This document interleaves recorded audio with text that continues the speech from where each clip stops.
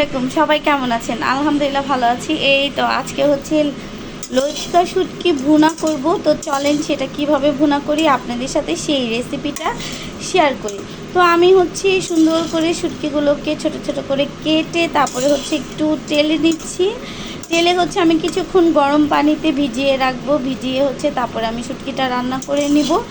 তো দেখতেই থাকুন যে আমি কিভাবে শুটকিটা সুন্দর করে ভুনা করে নিই। বেশ খানিকটা পেঁয়াজ আর সাথে দিয়েছি রসুন, সুন্দর করে ব্রাউন কালার করে ভেজে নিব। তারপরে হচ্ছে এর মধ্যে আমি কী কী মশলা দিই সেটা আপনাদের দেখাবো।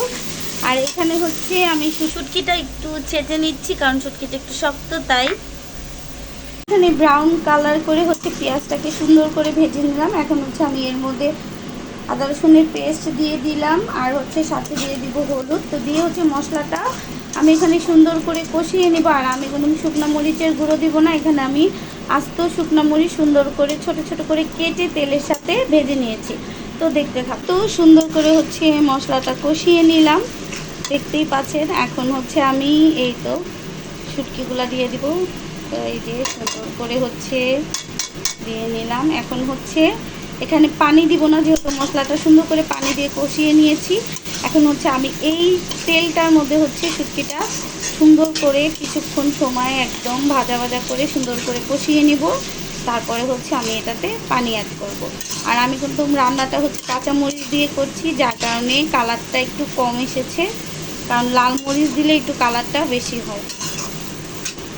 আপনারা খুব সহজেই হচ্ছে সুন্দর করে বাসায় রান্না করে নিতে পারবেন।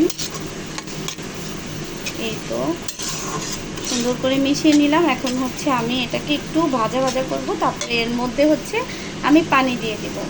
এই হচ্ছে শুটকিটা সুন্দর করে ভাজা ভাজা করে নিচ্ছি তেলের মধ্যে।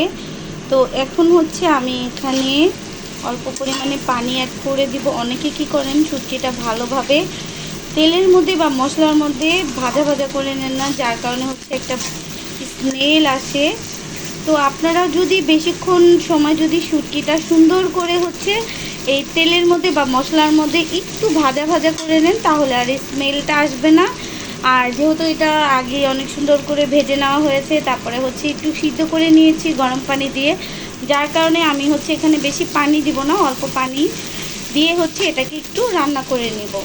তো রান্নাটা প্রায় হয়ে এসেছে, কারণ তেল উপর দিয়ে ভেসে উঠেছে, যার কারণে হচ্ছে আমি চুলার আঁচটা নিভিয়ে দিব। ও তো নামানোর আগে অবশ্যই আপনারা ধনেপাতা অথবা জিরা ফাঁকি দিয়ে নেবেন, তাহলে তরকারিটা কিন্তু খেতে আরও দারুণ বেশি টেস্ট হয় এবং খুবই মজা লাগে। তো আজকের এই রান্নাটা কেমন লাগলো অবশ্যই সবাই কমেন্ট বক্সে জানাবেন। আর সবাই ভালো থাকবেন। ভিডিওটা এখানেই শেষ করছি। আসসালামু আলাইকুম।